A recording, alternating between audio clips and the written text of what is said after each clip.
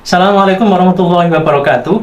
Baiklah anak-anakku sekalian, pada kesempatan kali ini kita bertemu lagi, berjumpa dengan mata pelajaran Sejarah Kebudayaan Islam kelas 7. Pada pertemuan kali ini, Bapak akan menjelaskan tentang dakwah Nabi di Madinah. Pada kesempatan kali ini, anak-anakku bisa melihat dari peta konsep yang ada di samping Bapak. Dalam peta konsep ini, nanti yang akan kita jelaskan, yang pertama, pola dakwah Nabi di Madinah. Yang nomor dua, usaha-usaha Nabi dalam membangun masyarakat Madinah melalui kegiatan ekonomi dan perdagangan. Yang ketiga, yang akan kita pelajari pada kesempatan kali ini adalah pelajaran yang dapat diambil dari usaha-usaha Rasulullah dalam membangun masyarakat Madinah melalui ekonomi dan perdagangan. Yang keempat, yang akan kita pelajari, meladani semangat perjuangan Rasulullah dan para sahabat di Madinah. Dan yang terakhir adalah peperangan-peperangan atau ghazawat yang terjadi pada masa Rasulullah di Madinah.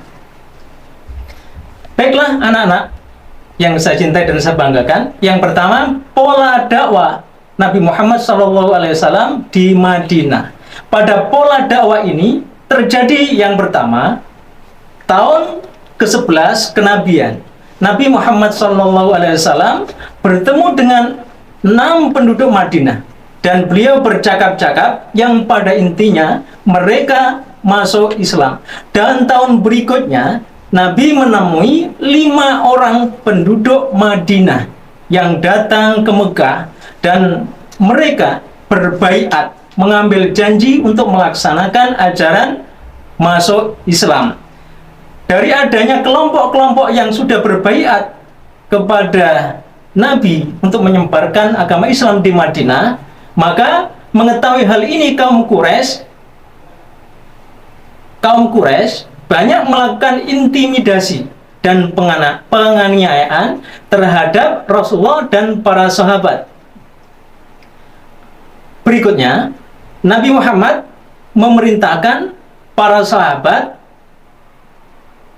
untuk berhijrah ke Madinah. Langkah-langkah strategis yang dilakukan oleh Nabi Muhammad SAW dalam menjalankan dakwah di Madinah adalah yang pertama, membangun masjid. Masjid pertama kali yang dibangun oleh Rasulullah SAW di Madinah adalah Masjid Quba. Masjid ini dibangun di atas tanah milik Suhail dan Sahel bin Nafi bin Umar bin Tha'labah yang digunakan sebagai tempat yang pertama ibadah. Selain itu digunakan juga untuk musyawarah, untuk tolabul ilmi. Selain itu juga untuk menghimpun kekuatan dalam menghadapi musuh.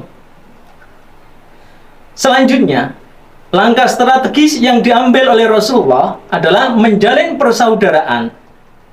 Dalam menjalin persaudaraan ini, tujuannya untuk memperkuat umat Islam, mempersaudarakan antara kaum Ansor dan kaum Muhajirin. Selanjutnya, menggalang kerukunan. Dengan tujuan Rasulullah menggalang kerukunan di antara penduduk Madinah, antara suku dan agama yang ada di Madinah, supaya tercipta perdamaian dan keamanan. Selanjutnya, membangun pasar. Rasulullah membangun pasar, meyakini bahwa ekonomi merupakan pilar yang utama, merupakan pilar yang penting dalam kehidupan masyarakat Madinah. Selanjutnya, pembahasan usaha-usaha yang dilakukan oleh Nabi Muhammad SAW dalam membangun masyarakat Madinah melalui kegiatan ekonomi dan perdagangan. Yang pertama, yaitu meningkatkan mutu pertanian dengan memperluas lahan pertanian dan meningkatkan fasilitas pendukungnya. Selain itu, Rasulullah memanfaatkan harta-harta rampasan atau yang kita kenal dengan ghanimah untuk kesejahteraan rakyat. Pelajaran yang dapat kita ambil dari usaha-usaha Rasulullah dalam membangun masyarakat Madinah melalui kegiatan ekonomi dan perdagangan. Yang pertama, ekonomi merupakan sektor penting dalam menopang kehidupan manusia. Berikutnya, ajaran Islam menuntut umat Islam agar mampu untuk hidup mandiri. Dalam menjalankan kegiatan ekonomi, perlu diperhatikan aspek untuk mensejahterakan kehidupan rakyat bersama secara berkeadilan dan berkejujuran. Peperangan yang terjadi pada zaman Rasulullah atau disebut dengan ghazawat pada masa Rasulullah di Madinah. Yang pertama, peperangan dapat kita artikan dengan peperangan yang langsung dipimpin oleh Rasulullah dalam upaya mempertahankan kehidupan dan harga diri umat Islam dari serangan kaum musyrikin Mekah dan kaum munafikin Madinah. Peperangan dalam Islam bersifat merespon kejahatan-kejahatan musuh, bukan dimulai dari Nabi Muhammad SAW atau kaum muslimin terlebih dahulu. Yang terakhir, anak-anakku yang saya cintai dan saya banggakan, meneladani semangat perjuangan Rasulullah SAW dan para sahabat di Madinah.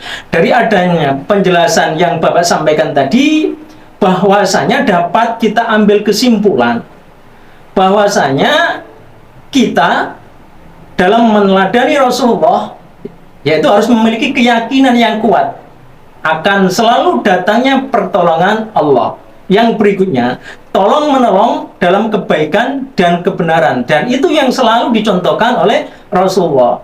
Selanjutnya, kerja keras, kerja cerdas, dan sungguh-sungguh dalam menggapai cita-cita. Dan yang terakhir sekali, dari meneladani semangat dari Rasulullah dan para sahabat di Madinah adalah jujur dan adil. Barangkali ini yang bisa Bapak sampaikan, mudah-mudahan bermanfaat. Apabila ada waktu, kita sambung lebih lanjut. Saya akhiri. Assalamualaikum warahmatullahi wabarakatuh.